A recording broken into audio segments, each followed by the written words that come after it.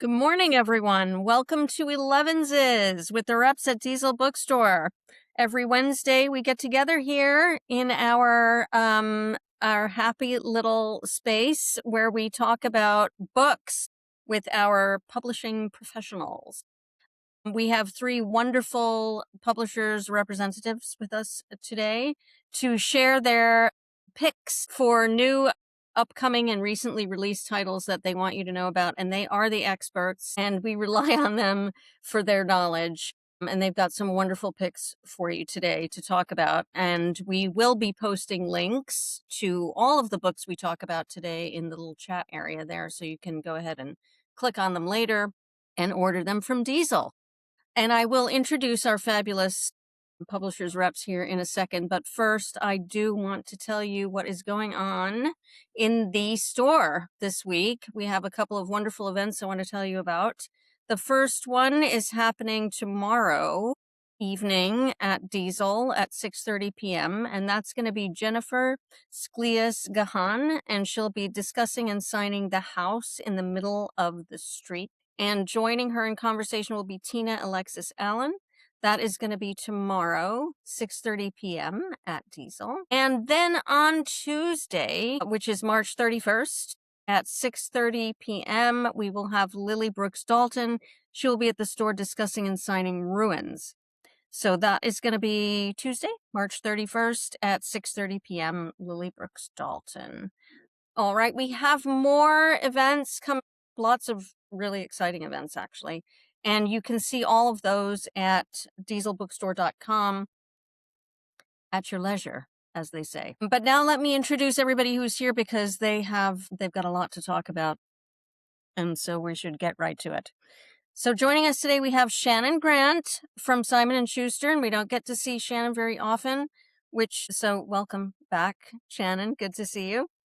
We have Joe Murphy from W.W. Norton, and we don't get to see Joe much either. So welcome, Joe. And rounding it out, our road warrior, Andrea Tetrick from PGW. As you can see, Andrea is so committed that she is actually doing this, like, literally before she goes into a bookstore and talks to people about books. All right, let's get going. Shannon, why don't you lead us off? All right, I'm going to kick us off with a big, hefty, sweeping saga called A Far-flung Life. This is by M.L. Stedman. You guys might remember a book called A Light Between Oceans from, I want to say, there it is, 12 years ago, maybe. Does that sound right? That it was Wow, was it published? that long ago? I think Really? so. I thought it felt like more recent.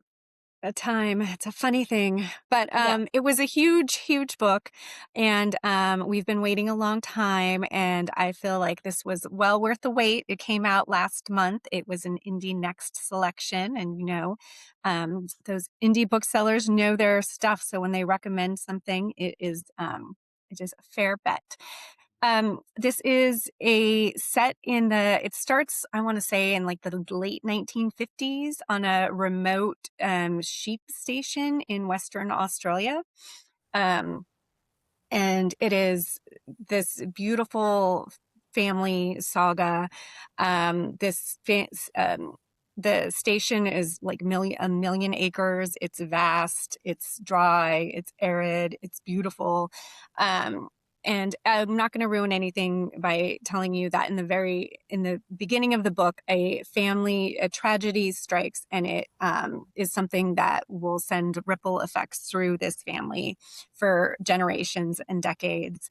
Her writing is beautiful. The characters are so well done, and their relationships and their connection to the land, like everything is just, I will say that I have not been in the mood to read like these big, beefy stories lately because my attention span. But this was one that as soon as I started, I fell right into it, and I didn't want to put it down, and I couldn't get enough of it. But yeah, if you like one of those books of family secrets and effects and relationships and questions of morality and resilience, then I think that you will enjoy every second of it. And she just does also such a beautiful job of um, portraying the landscape that you really feel there. Almost one of those where the landscape does feel a character in the book. So gorgeous writing. I couldn't recommend it more. And on the shelves now. So we talk a lot about because there have been so many great short story collections and so many great short novels lately, and we talk a lot about how great it is to have a fantastic, well written short piece because you can read more of them and they Yes. go quickly. But that said, it's really wonderful if you're able to find like sort of an epic story and just lose yourself in it. And this is definitely one of those. If she's got the chops for sure. Her writing's gorgeous. Yeah. And yeah, and I do feel like it was more recent with the previous one, and that just sort of speaks to how resonant her writing is. So there you go. Lose everything in a book. And this is a Yes, good one. yes, This is a good one to definitely. do. And one I feel like would be great for book clubs because there's a lot to discuss Right. and that really you will be kept thinking for long after that, which I love. Perfect. Thank you, Shannon. All Thank right, you. Joe, what's your first book? So yeah, today I'm talking about three May titles because I'm very excited about all three of them. And the first one I'm going to talk about is my favorite fiction from May, and it's called "Look What You Made Me Do" by John Lanchester. And copy here. Lanchester, I'm a huge fan ever since his debut novel, which was The Debt to Pleasure. He's great at two things, social satire and unreliable narrators. And this has both in spades. It starts out with Kate, who's been married to her architect husband for since really the 80s, and she thinks they have a really ideal relationship. And it's got a great sort of opening section where they're at a party and he's explaining how Ottolenghi ruined cooking, which is very amusing. And I'm going to spoil something I don't usually spoil when I talk about this, but it's so early on and it is helpful as to how it unravels. They go home from the party and they have a conversation. She goes in the restroom and he has died on the toilet, and so he's out of the picture. So she is completely awash in grief. And while all this is going on in the background, she keeps hearing about this hit Netflix show called Cheaters, which she finally watches. And it's about an older man having an affair with a much younger woman. And he confides a lot in her about his marriage. And the dialogue and incidents from the marriage that he conveys are verbatim from Kate's life. So the question is this exactly what it appears to be? Is it something else? There's another major character, and that's Phoebe, and she's the person who wrote the Netflix show. And does the answer what's going on online somewhere in Kate's past? It is a suspenseful read. It's a very funny read. It's a terrific revenge tale, ultimately. And it's the greatest millennial versus boomer smackdown you will ever read. It is a wildly entertaining book. I devoured it. So that's Look What You Made Me Do, John Lanchester. This sounds so great, Joe. Oh, I haven't read it, and I haven't seen it yet. But it sounds so great. We just finished watching The Count of Monte Cristo, a new yes. production of The Count of Monte Cristo, which is like maybe the original revenge story. And it really whetted my appetite for further revenge stories. There's nothing quite like the satisfaction you know, that you get from reading a good revenge tale. This is great. I love it. I'll give one slight hint, which part of the reason the revenge is so successful is that the millennial assumes the boomer cannot possibly know anything about tech. Right, which happens quite Yeah. frequently. Excellent. Can't wait. Thank you, Joe. All right, Andrea. Thanks so much. I'm happy to be here. I am in right now downtown on the streets of downtown Santa Fe. You might see a little bit of the shop behind me. And wow, the architecture, the green chili. I am in heaven right now. And I'm happy to be here. My first book is from Europa Editions, and it's called After Oscar, The Legacy of a Scandal. This is by Merlin Holland, who is the only grandson of Oscar Wilde, the subject matter of the book. And this is the definitive study of the rise and fall of Wilde after his death. And then the rise, of course, the rise of his status as a gay icon in the over the course of the next 100 years or so. This now 100+ years, of course. Um, it's a much needed addition and update to Richard Ellman's magisterial work on Wilde from 1988. I still have that volume in my library, and it really was, no one else was writing anything of the same scope in that period. And why? Because Ellman had pretty much handled it. Um, so the great thing about this book is a hardcover at $34. It's 704 pages. So yeah, this is, the end all survey on the subject. There'll only be one printing of the hardcover edition of this book. It includes a stitch signatures binding inside 56 color plates, illustrated end papers, and a foiled stamp cover. So this is beautiful, and the images that we've been able to see so far just look dynamite. So this is gonna, this will be a great gift for the Wild, aficionado in your life, and just a stunning and beautiful object for the book lover in general. So that's After Oscar, The Legacy of a Scandal by Merlin Holland, and that's $34 from Europa Editions. I've been waiting for this book for such a long time. I feel like I read an excerpt from it, or I read about it months and months ago. You know, Andrea, because I was talking to you about it. And I Yep. was completely fascinated because there was so much I didn't know about Oscar Wilde, and just so I didn't know that piece about kind of the rehabilitation of his image afterwards, and Yeah. that he you know had a grandson who was woefully inadequate education on Oscar Wilde. Even though we hear about Oscar Wilde with Oscar Wilde quotes all the time, Oscar Wilde has this sort of Right. place in the collective imagination, but all of this stuff, it's not as widely known. And so I was really excited to read the book, and it's great. It's fascinating. It's so interesting. It is definitely a commitment, but you don't have to read it all at the one sitting, you know? But it's a Yeah. fantastic book, I think, on so many levels. I'm sure it'll be adopted as course material Oh, for for sure. yeah. For sure. But for the non-academic reader too, it's just so rich Yeah. and accessible.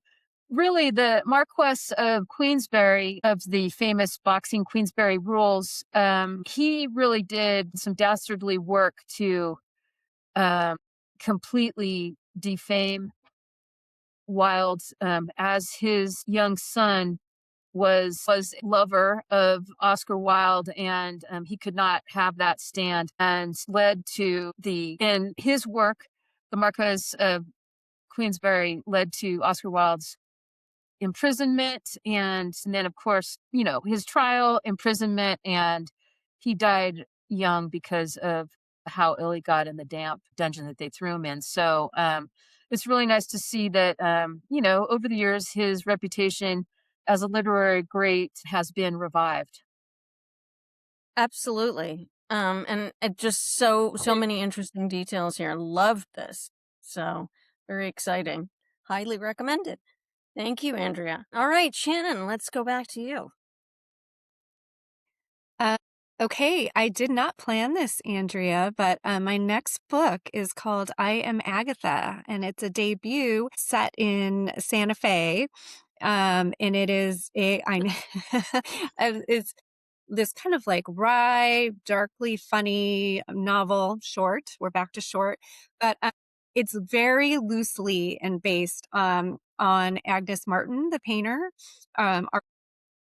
who lived lived outside of town, and in like the most broadest strokes. But it is about this woman, the main character Agatha, who is a famous artist who, when she was young, had much success in the New York art scene, and then has is admitted. She has a bout of schizophrenia and gets admitted to a hospital, and ends up in New Mexico. And there she is a professor of art, and she becomes smitten with a widow in town, and they have a beautiful relationship. And the woman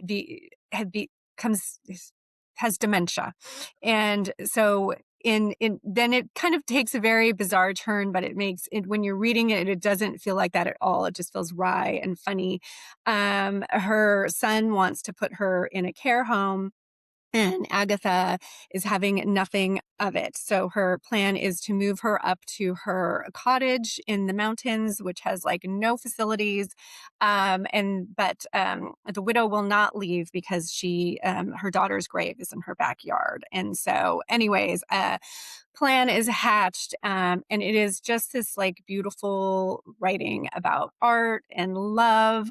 It's funny, and again, like the sense of place and the landscape is so striking and beautiful. I've never been to New Mexico, and I really need to go now.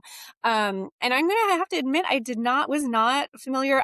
Now that after I read this, I had to like go down a rabbit hole of Agnes Martin and her work, and I wasn't familiar with her name, but I have seen it in a museum. I think I was at MoMA in SF. I could be wrong, but like these beautiful monochromatic, almost like grid minimalist paintings. But anyways, I loved it. It's quirky and beautiful, and yeah, it just came out last week.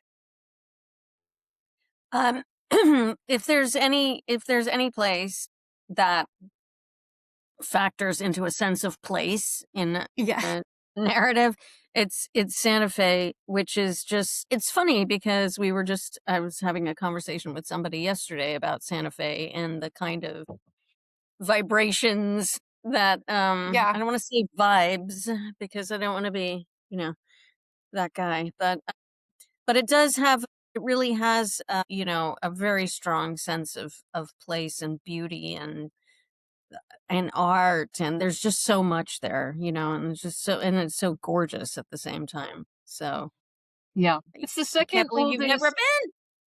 No, I know. I'm dying to go, especially now. But I love reading anything that drops you into a place that you're not familiar with and makes you want to go. But a really fun and dark and beautiful story. Fun and dark is good combo. Yeah. Go ahead.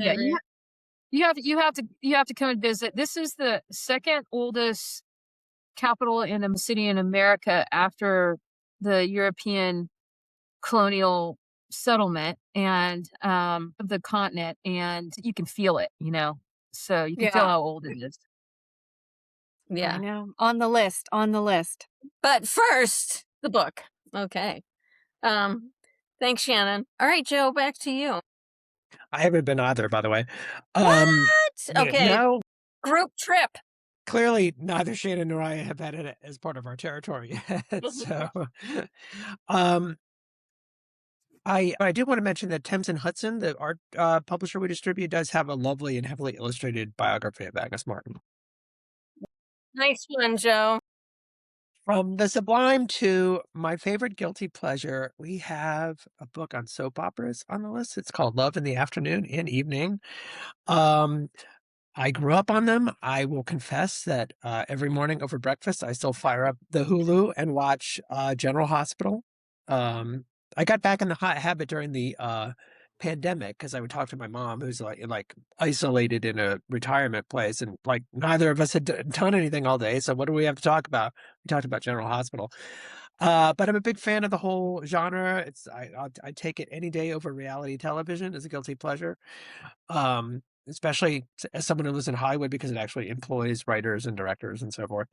But this is a kind of overview of, first of all, it's got the history of soap operas, starting with a woman named Erna Phillips, who created them for radio and then went on to create a lot of famous soaps that were on, in our lifetimes, like Guiding Light and As the World Turns and Another World. And then sort of through the history, through their giant height in the 80s with all the General Hospital mania, through the nighttime soaps, that would be Gary and Abby from Knots Landing on the cover, for those of you who shamefully don't know that. And it talks about a real lot of interesting elements. One is like the fashions of soaps, so that's kind of fun to read. One is about a lot of interesting tropes. One that comes up a lot is lost daughters coming back for revenge against their mothers, which happens quite a bit. It also talks about more baleful tropes. One is like that was like a big thing in the 70s and 80s and even into the 90s, is like the reformed rapist, because the audience found the actor charismatic, so they just sort of like rewrote, history. It's a really fascinating book about this genre. It is a paperback original, so it's like kind of a nice impulse item. And I just really enjoyed it quite a bit. So yeah, big fan. So yeah. What a great idea this is, actually. Yeah. I think so too. It's been a while. And Yeah. from Norton, mind you. Well, I mean, I've always great. been fascinated by soap operas because they fill so many functions, actually, over the years. And that was a big one. I remember the Luke and Laura from a whole thing from, that's General Hospital, right? Yes. Yes. And then the reformed rapist, there was a huge outcry at that point, and it And was, who married his actual victim too, not even just somebody else. Yeah, yes. right. Yeah. And people were like, no, not a good thing. But also operas, I mean, so many people teach themselves whatever language it is that they want to learn. But English, I know a lot of people have taught themselves English from watching soap operas, actually. It is. Yeah, whatever you want to say about the acting in soap operas, I would say it is varied. But the ability to memorize the amount of material that these folks have to on a daily basis is stunning. Stunning. Yeah. I'm quite fascinated by it. There was a period of time where I was kind of stuck in anyway, the only thing available was soap operas. I was pregnant with my son, and I just watched soap operas for several hours. Just don't ask, but that's how it happened. Fine. And it was just several hours a day where I was watching soap operas. Anyway, after No he one. was born, when he was cranky and he would hear like these themes of these soap operas, like he would quiet down for a while when he heard them. Yeah. So I was take going to say that as no you one loves an evil twin or a baby switch more than I right, the do. evil twin. No. Not only the evil twin, Yes. but the third twin. I think that's Those are my two favorite iconic plot devices in soaps: are evil twins and baby switches. Like if that's going on, I am just all over it. Oh yeah, you know it. Those tropes are seriously, that's like catnip. My such a great, clever idea for a book. I gotta it really is. I mean, I think this book really is going to back us well for a long time. For It's sure. interesting too because it's co-authors and they're kind of in conversation, and one grew up on 80s soaps, and the other grew up on 90s soaps, so they've also got different perspectives on that. Yeah. So. My great grandmother, who was from New Mexico, she was born on the Navajo Indian reservation here. She was a huge fan of General Hospital and started watching it from the very first episode in 1963 until her death in 83. So, she, she loved all the first generation characters and everything. But I don't know when the Luke and Laura thing, it was starting to happen then, I think, in the 80s, right? So Yeah, she made it would have been like 80. The height would have been like 80 to 82, maybe. So yeah, yeah. so she saw that too, like, from Jesse and Dr. Hardy through like to that scandal. Right. So that's an arc, if there ever were one. Yeah, for sure. When you to watch now. It is painful to see what's happened budgetarily with them. It's Yeah. very, Yeah. very noticeable that they're working on a No, shoestring. I mean, that used to be the thing when you had 3 channels, right? So that was it. You had your 3 channels, and like it was during the day, it was game shows and stories. My grandmother had her stories, and that Yeah. that was it. That's everything Yeah. stopped. But she had her Sanka and her Seconal and her stories, and she was good to go. All right. All right, Andrea. Okay. This next book is from Milkweed Editions. This is Horses, and this is poems, collection of poems by Jake Skeets. Also from the Navajo Nation, and grew up in the Santa Fe area. He's now teaching poetry in Oklahoma. This is his second volume of poetry behind his much acclaimed debut, Eyes Bottled Dark with a Mouthful of Flowers. And these poems are absolutely gorgeous. And we all believe that his arc is rising, and it's a great cover for sure, and really sets the scene here. Former poet laureate Ada Limon is a fan. She says, let me see here, with its gorgeously wrought poems that both eulogize and praise, Horses is a singularly stunning collection. Skeets is a poet singing back to the often frightening world. How lucky we are to overhear this awestruck music. Well, there you go. One of the great native poets of our generation, Joy Harjo, is also a huge fan. She calls this book an astounding volume. It's got a lot going for it, and I just really feel that Skeets is going to become more of a household name with this volume and the other works that going forward. Now, Little Milkweed Press sold 10,000 copies of his first volume, Eyes Bottled Dark. So that's a lot for a book of poetry in this day and age. Maybe the Norton poetry series can jump into the larger numbers. Joe can talk about that, but Milkweed, is no slouch in terms of the editorial quality and the poets that they can attract because of that. But 10,000 copies for a debut, not too shabby. So go and pick this book up. It's in the stores right now. It's in Diesel. It's fantastic. 10,000 is a truckload of poetry. Yeah. So, Yeah. yes. And we have a long poetry list. Yeah. That's a lot of poetry. That's very impressive. Yeah. Well, first of all, you know how I feel about milkweed, and every time you have a milkweed book, every talk about a milkweed book, I just want to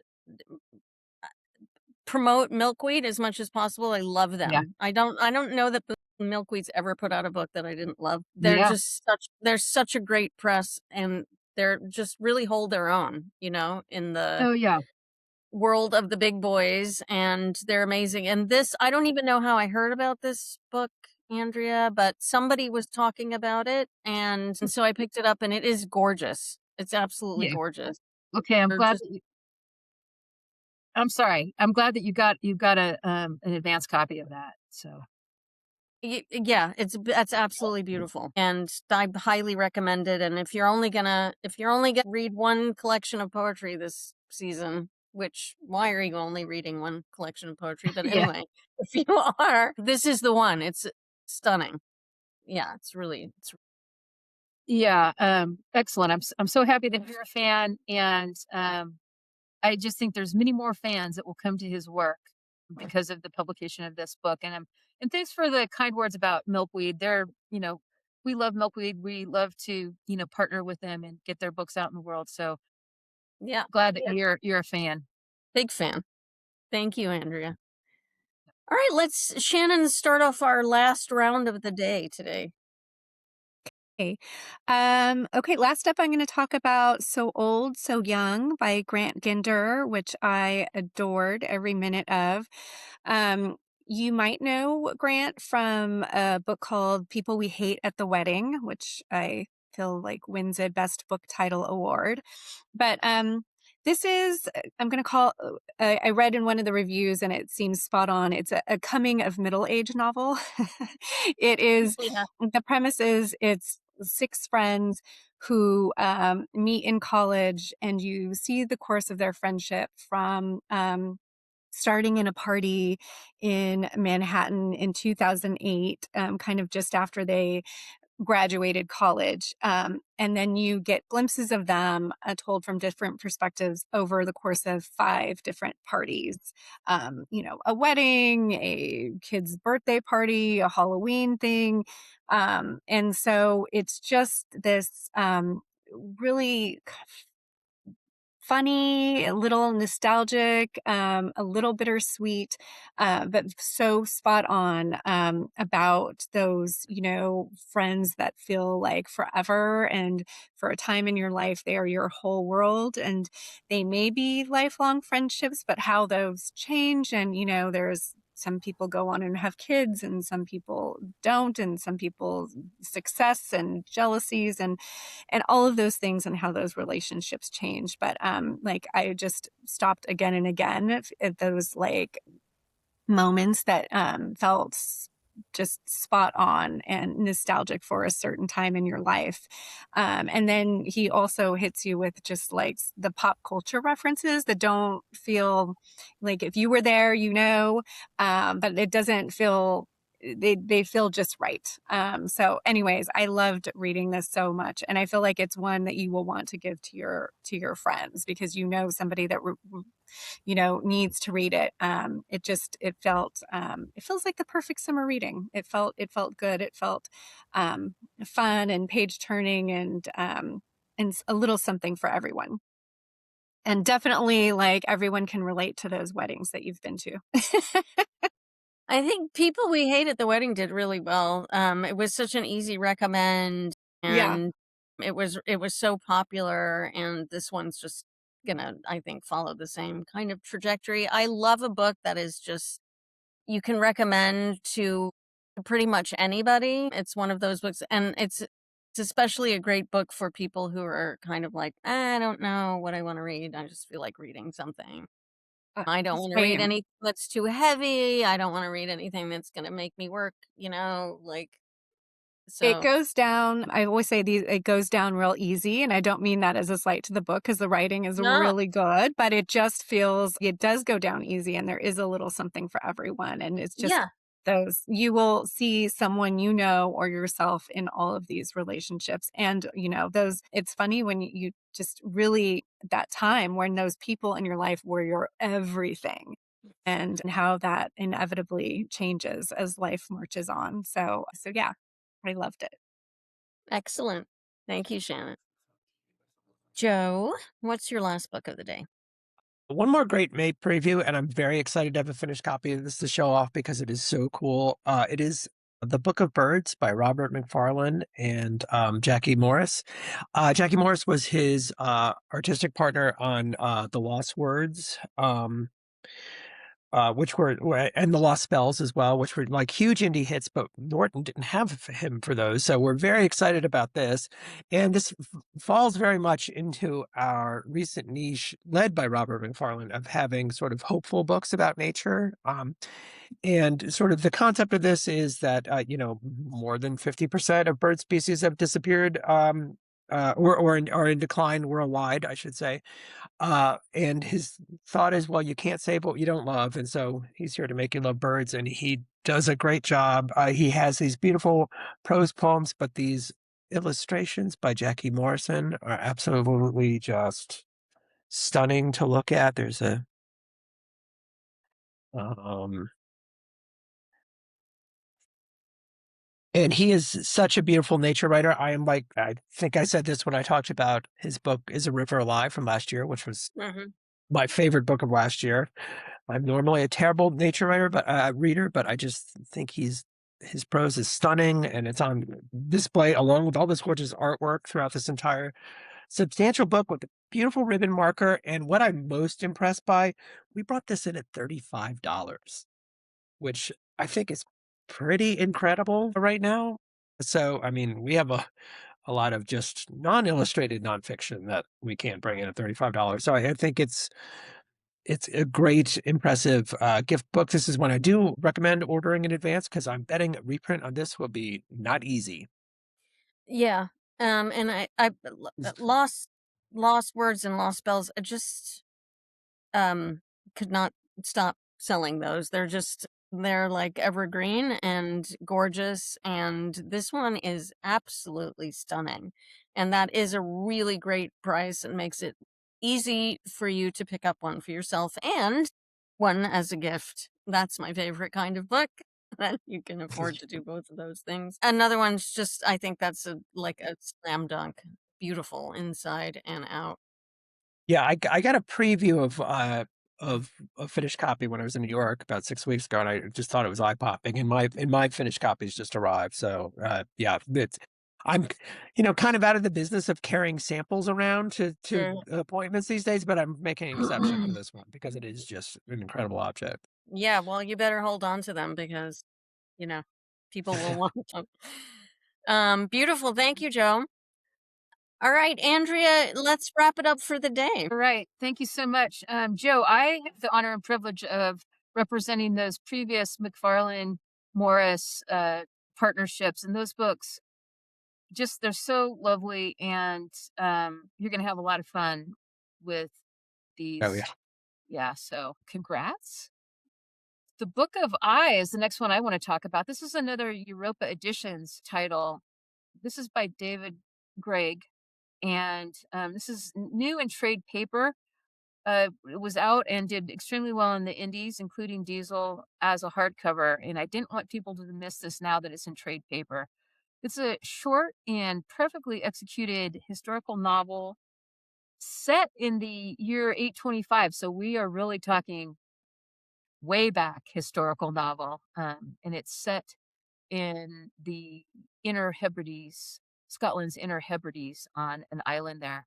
And basically, the story is after a Viking raid on the monastery housing the bones of Saint Columba, we basically, through this really beautiful writing, follow the lives of the last three people inhabiting the island as they establish a new harmonious life um, without all of the I guess, conflicts that a larger population brought. And the three surviving people there are a young monk, a Viking raider left for dead by his fellows after the raid, and a woman who is a beekeeper and mead maker, which is very important when you're trying to survive on a remote island. So this is just charming novel, and it's just, I think, an ideal spring and summer read. It is short. As Shannon was talking about earlier, there are quite, there's a lot of big, fat books coming out right now, a lot of big novels. I mean, we're talking 700 pages, 680 pages, 500 pages. So it's nice to have a short and sharp little historical narrative at 160 pages. The Book of I, That's Europa it? Editions. 160 pages only? All right, sign me Yep. up. I'm there. I'm all over it. I haven't read this one. It looks great. I'll read anything set in the Hebrides. Yeah, No matter it's the time great. period. This is great. Yeah. Fantastic. As always, a really amazing group of books. Really exciting. We've got some, you can start on the books that are currently available right now. And then when you finish reading those, you'll get to Joe's May picks, which is at perfect timing. So thank you so much, everybody, for bringing such wonderful, wonderful selections today. Shannon Grant, thank you, from Simon and Schuster. Joe Murphy from W.W. Norton, Andrea Tetrick from PGW. Thank you guys so much. Thank you, Joey, behind the scenes, for posting all of the, as always, Joey gets credit for posting all the covers and the links and everything and doing the behind the scenes work over there. Thank you for joining us, for watching today. We'll be back again next week. We'll have more books. We'll have more reps. and much, much more to talk about. So everybody, thanks Mhm. again and have a wonderful week. Happy reading, everyone. Over there. Mm.